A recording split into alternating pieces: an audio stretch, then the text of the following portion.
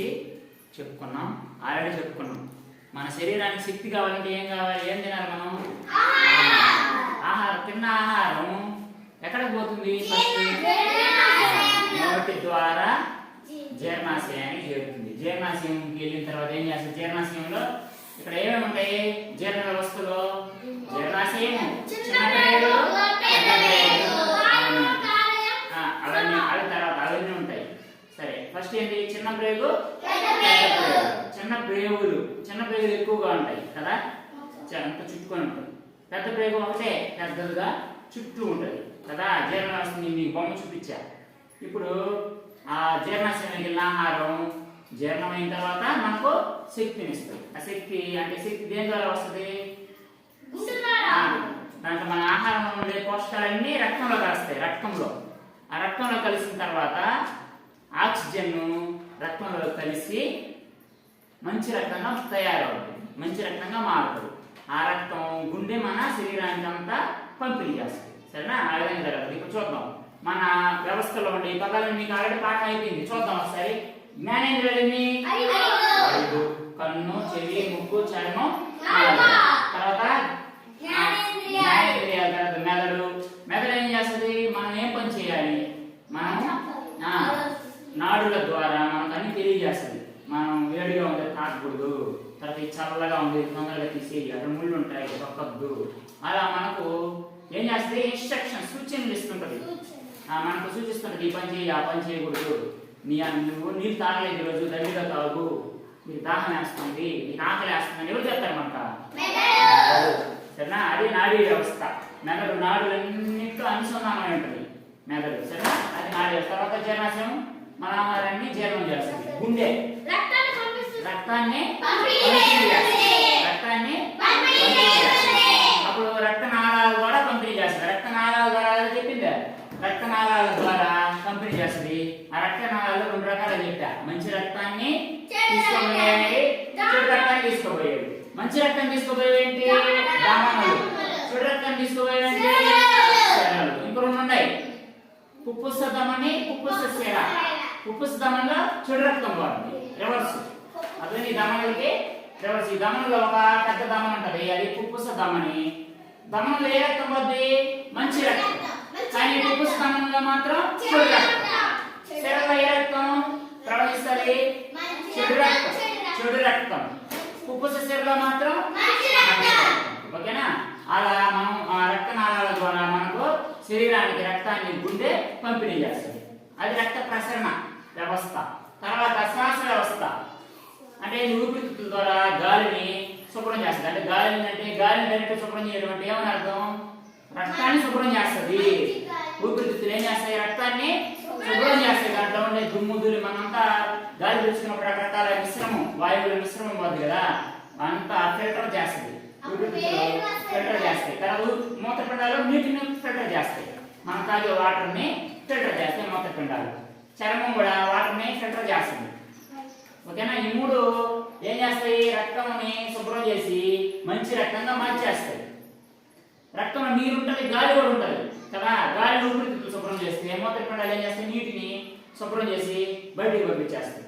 ఓకేనా? ఇప్పుడు మనం మన దగ్గర ఉన్నాయి, వాటిని చూద్దాం. మన మోడల్స్ ఇది మీరు చేసారు. ఇది మొన్న చాలా రోజులు చేసి అప్పుడు చేశారు. చూడండి ఒకసారి. ఊపిరితిత్తులకి ఒక నమూనా. మనం ఊపితే లోపల ఊపిరితిత్తులు ఎలా మనకు స్పాంజ్ లాగా ఉంటాయి. లోపల ఏమవుతాయి?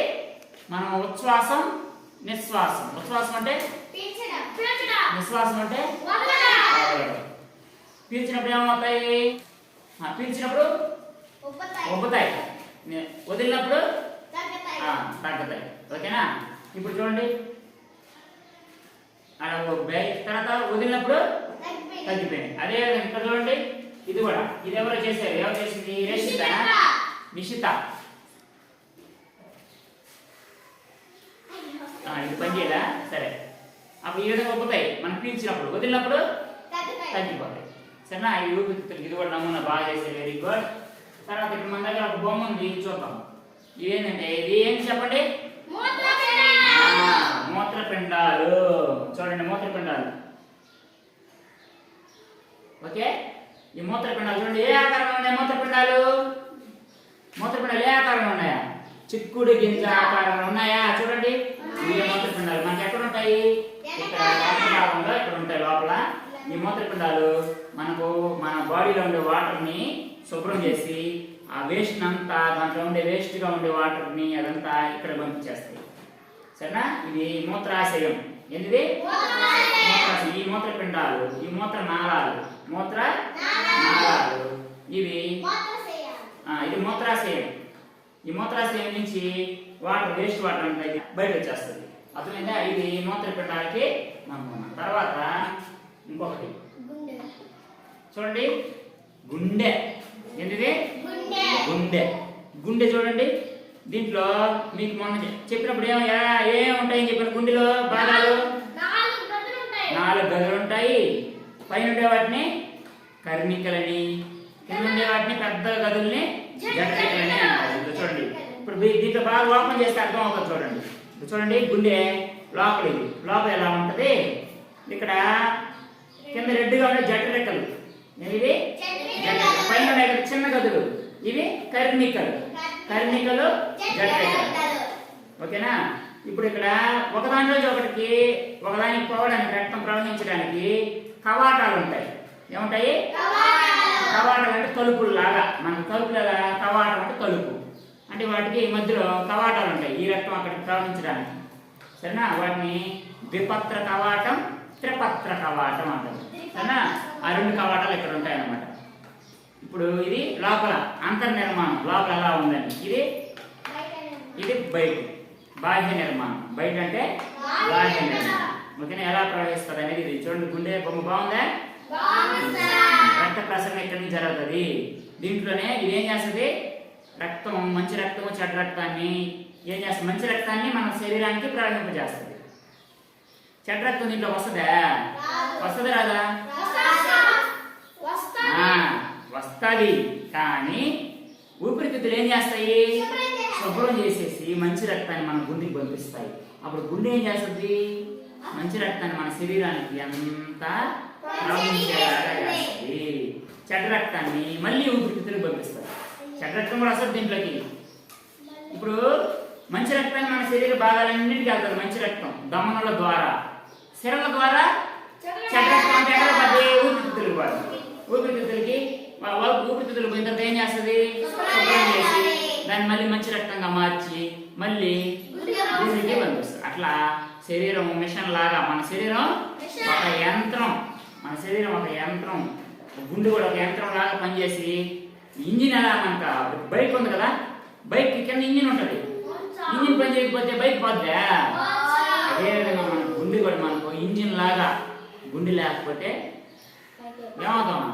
పైకి పోతాం. కాబట్టి గుండె, అందుకని గుండెని జాగ్రత్త కంట్రోల్లో పెట్టుకోవాలి. అంటే చిన్నప్పటి నుంచి మీరేం చేయాలంటే జంక్ ఫుడ్ తినకూడదు. ఫస్ట్ నూనె వస్తువులు ఎక్కువగా తినకూడదు. నూనె వస్తువులు, కెమికల్స్ కలిపిన వస్తువులు అంటే ఏంటంటే ఎక్కువ రోజులు ఉండాలి కాబట్టి నిల్వ ఉంచే వస్తువులు తినకూడదు. ఎక్కువ రోజులు నిల్వ ఉంచేదానికి ఏం చేస్తారు? దాంట్లో ప్రిజర్వేటివ్స్ కలుపుతారు. కెమికల్స్, అదే నువ్వు చెప్పిన కెమికల్స్ కలుపుతారు దాంట్లో. ఇప్పుడు కూల్ డ్రింక్స్ ఉన్నాయి. కూల్ డ్రింక్స్ లో చూడండి, వెనకాల ఏం రాస్తుంటారంటే E401, E222 అట్లా నెంబర్ రాస్తుంటారు కూల్ డ్రింక్ లో. దాన్ని రాయేస్తుంటారు, నేను ఇది కలిపాము దాంట్లో అని. మనం చూసుకోం కదా, అవన్నీ చూస్తారా? కూల్ డ్రింక్ తాగేస్తాం. కానీ దాంట్లో ఏం చెప్తారు? మనం ఒకవేళ ఏదైనా జరిగిందనుకో, ఎవరికన్నా ఈ కూల్ డ్రింక్ తాగి మాకు ఈ విధంగా బాగాలేకుండా వచ్చింది అన్నాడు ఎవరన్నా, మేము దాంట్లో ముందే రాస్తున్నాము E224 కలిపామని, అది తాగితే ఆ జ్వరం వస్తుంది, లేకపోతే ఆ బాగాలేకుండా వస్తుంది అని చెప్తారు. చూసుకోవాల్సిన బాధ్యత ఎవరిదా? అది. మనం జాగ్రత్తగా ఉండాలి. మనం ఏవి తినకూడదు, ఏవి తినాలని తెలుసుకోవాలి. మనం చదువుకుంటున్నాం కదా, చదువుకున్న వాళ్ళకి మా వాళ్ళకి ఏం తేడా? ఏది మంచి ఏది చెడు అనేది మనం ఆలోచించగలం. మీరు ఆలోచించాలి. సరే, అందుకని గుండె లేదా బాడీలో ఏదైనా సరే అన్ని భాగాలు బాగుండాలంటే ఏం చేయాలంటే మంచి ఫుడ్ తినాలి, పోషకాహారం తినాలి. రక్తం బాగా మెరుగవ్వాలి, ఎక్కువగా ఉండాలంటే ఏం చేయాలా? ఎండు ద్రాక్ష, ఖర్జూరము, సరేనా, బెల్లం, గోంగూర అలాంటివి తినాలి. ఆకుకూరలు తినాలి. మీ మీకు గోంగూర పెట్టామనుకో చిక్కీ తినాలి, అది వెరీ గుడ్. చిక్కీ వల్ల మన స్కూల్లో గుడ్డు, చిక్కీ గుడ్డు ఎందుకు పెడుతున్నారు? మంచి పోషకాహారం కోసం కదా. పాలు ఇంటి దగ్గర తాగాలి. రాగి జావా వెరీ గుడ్. నీకు పోషకాహారం అందాలనే ప్రభుత్వం ఏం చేసింది?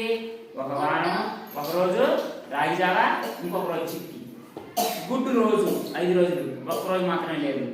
ఆ రోజు గుడ్డు బదులు ఏం చేశారు? పొంగల్ పెట్టారు. పొంగల్లో బెల్లం వేస్తాం కదా, దాంట్లో ఐరన్ ఉంటుంది కాబట్టి బెల్లం వచ్చేటట్టుగా చేశారు. అంటే మీకు ఎప్పుడు పోషకాహారం ఉండాలా. శక్తి లేకుండా చాలా మంది పిల్లలు నష్టపోతున్నారు, పోషకాహారం లేక చాలా రకరకాల వ్యాధులకు గురవుతున్నారని గవర్నమెంట్ పెట్టింది. కాబట్టి దాన్ని వృధా చేయకుండా దాన్ని ఉపయోగించుకోవాలి మనం. ఓకేనా? మనం ఇంటి దగ్గర అవన్నీ చేయగలుగుతాం. మన అమ్మలు పేదవాళ్ళు ఉన్నారు కాబట్టి ఏం చేస్తారు? రోజు గుడ్డు ఇవ్వలేదు, రోజు పొంగల్ చేయలేం కదా, రోజు రాజా ఇస్తారు. ఆ రోజు మంచి రోజు రాజా మన ఇంట్లో తాగటం. అందుకని గవర్నమెంట్ ఏం చేసింది? రోజు గుడ్డు, రోజు మంచి రోజు రాగి జావా, ఒక చిక్కీ, సరేనా, అవన్నీ కూడా ఇస్తుంది. కాబట్టి వాటిని సద్వినియోగం చేసుకోవాలి, పోషకాహారం తినాలా. ఇంటి దగ్గర కూడా మీరు ఏమంటే తినకూడదు. పానీపూరీలు, తర్వాత లేస్ ప్యాకెట్లు, కురుకురే ప్యాకెట్లు అవన్నీ తినకూడదు. కురుకురే ప్యాకెట్లు అవన్నీ తింటే ఒకసారి చూపించాను మీకు వీడియో. ఏమవుతుంది? దాంట్లో కెమికల్స్ ఉంటాయి, అగ్గిపుల్లతో మంటేస్తే మండుతుంది. ఎందుకు తినకూడదు జంక్ ఫుడ్స్ అంటే? ఎందుకు తినకూడదు? వాళ్ళు వాడే నూనె మంచిది కాదు. నేను ఇంట్లో చేసుకొని తినండి, ఏదైనా మంచిది.